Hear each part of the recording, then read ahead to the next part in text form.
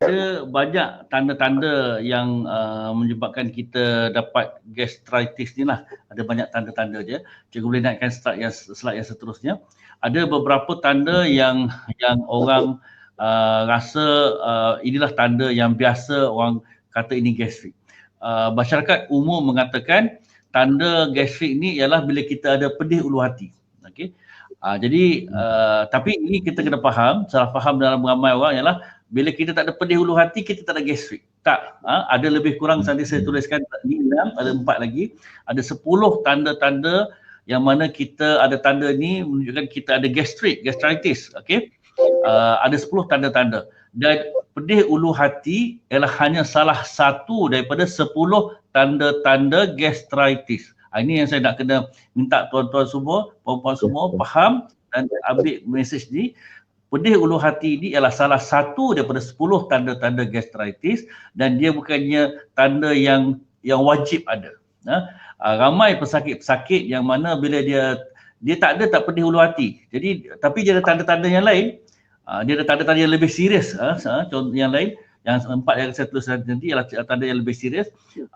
Tapi dia tak ada pun pedih ulu hati sebab kita punya tolerance to pain, daya tahan kita kepada sakit, daya tahan kita menanggung sakit. Setengah orang boleh tanggung sakit yang lebih tinggi daripada yang lain. Dia sikit-sikit sakit dia tak endah. Jadi setengah orang pedih ulu hati bukanlah masalah utama dia. Dia tak pernah rasa pedih ulu hati. Tapi dia mungkin ada masa mual, koya, mual, kadang-kadang dia muntah. Pun itu tanda-tanda, salah satu tanda dia. Tapi yang lebih popularnya ialah dia kembung. Kembung perut dan sakit perut. Macam saya kata tadi, duodenal, kawasan duodenal tu dia tak kat ulu hati, dia kat bawah sikit. Kat belah di kanan kita. Dia belah kanan tengah hati kita. Dia tak rasa pedih ulu hati tempat duodenal gastritis. Dia kat situ. Jadi pedih ulu hati adalah salah satu tanda, tapi bukannya tanda yang wajib ada untuk tanda gastritis ni. Okey, kena faham ni. Tanda-tanda lain yang selalu kita ada sakit perut dan perut kembung. Tepuk perut tu pum-pum bunyi. Kembung perut sangat biasa jadi dan kita ada sedap. Ada yang datang kat saya dengan hanya sendu. Dia sendu saja. Sebab gastrik dah teruk adalah dia punya phrenic nerve punya ada cerita panjang belakang dia, tapi dia datang dengan sendu. Ada muntah dan mual. Ini 6 tanda yang biasanya orang kata berkaitan dengan gastritis. Tapi ini mungkin tanda-tanda yang awal. Okay. Ada lagi 4 tanda, kalau cikgu tak slide yang seterusnya. 4 lagi tanda yang agak serius untuk tanda-tanda gastrik yang lebih serius. Okay. Sebab belakang. Okay. Biasanya orang gastrik ni, dia pedih ulu hati, dia rasa macam mencucuk, kena letak macam pedang, kena pedih dan mencucuk. Dan dia rasa sebab sampai ke belakang. Okay. Sebab belakang ni dia boleh diurut, dia keluar angin, keluar angin semua. Tapi lepas sejam 2 jam dia rasa dia lega, lepas sejam 2 jam bila lepas urut tu rasa balik sebab belakang. Ini sakit dada dengan sebab kat belakang ini biasanya menandakan orang tu ada gastrik. Allah Subhanahu Wa Taala ciptakan manusia ni, Allah bagi kelebihan untuk tahu kalau setengah orang ada sakit dada dia sebab belakang, setengah orang sakit dada dia kebas tangan kiri. Yang sakit dada kebas tangan kiri itu biasanya berkaitan dengan jantung, serangan jantung. Tapi kalau sakit dada, rasa menyucuk semua, rasa tajam sampai ke belakang, sebab ke belakang, itu biasanya berkaitan dengan gastritis. Ini tanda-tanda yang selalu orang ada juga. Satu lagi tanda yang saya kata tadi yang agak serius adalah bila najis berwarna hitam. Orang Melayu selalu kata taik gagak, taik warna hitam, taik gagak. Jadi ini salah satu lagi tanda yang dah serius. Taik gagak ni, najis berwarna hitam ni, apa maksudnya ialah, apa yang jadi ialah permukaan dalam perut tu dah luka. Asid tu dah teruk sampai luka, dia jadi ulcer. Dan darah mengalir keluar. Darah berwarna merah. Tapi darah dia mengalir keluar, dia akan duduk dalam perut. Bergerak daripada perut kita sampai ke kita punya penghujungnya kat buang air besar tu, dah 4 jam lebih kurang dalam perut. Jadi darah yang warna merah, darah hidup warna merah ni akan bertukar color, menyebabkan najis kita semua ni berwarna hitam, hitam pekat. Najis tu biasanya dia macam melekit sikit dan dia sangat berbau busuk, berbeza dengan najis biasa.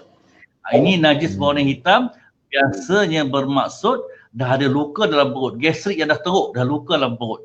Ini satu tanda. Tak banyak sebab-sebab lain yang menyebabkan najis kita warna hitam. Ada setengah-setengah ubat menyebabkan najis warna hitam. Minum kopi tidak menyebabkan najis kita warna hitam. Ramai datang, najis warna apa? Najis warna hitam sebab saya minum kopi, doktor. Minum kopi, orang lain minum kopi tak ada najis warna hitam. Okey? Minum Nescafe tak najis warna hitam. Orang minum kopi Nescafe ni sebab gastrik dan menyebabkan dia punya najis warna hitam. Ada setengah-setengah ubat menyebabkan najis warna hitam, tapi kalau najis warna hitam tu saya lebih risau, takutkan itu gastritis yang dah jadi ulcer, dia dah luka. Ini satu tanda yang sangat-sangat serius. Memang makruh hukumnya tengok najis, tapi untuk orang yang ada masalah gastritis, dia kena tengok sebab tak tahu penyakit dia macam mana.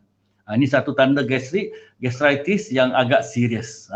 Najis berwarna hitam. Kemudian ialah keadaan tersedak. Kita rasa bila kita makan kita kena kita rasa kena mengkelan lah, kita kena banyak minum air. Nak tolak kena minum air. Itu salah satu tanda juga sebenarnya. Salah satu tanda yang kena fikir ini gastritis. Dia rasa tersedak, makan rasa tersedak, kena banyak minum air, tolak dengan air. Dan satu lagi tanda yang jarang-jarang ramai terlepas, ramai yang tak fikir benda ni ialah bila dia batuk. Batuk yang berpanjangan, banyaknya batuk ketika tidur melentang. Dia tidur melentang je, lepas minit 2 dia akan terus batuk. Batuk dia pula, batuk karakteristik dia, batuk tak berhenti-henti, kong lama. Kalau orang perempuan dah berumur sikit sampai terkencing-kencing dia kata.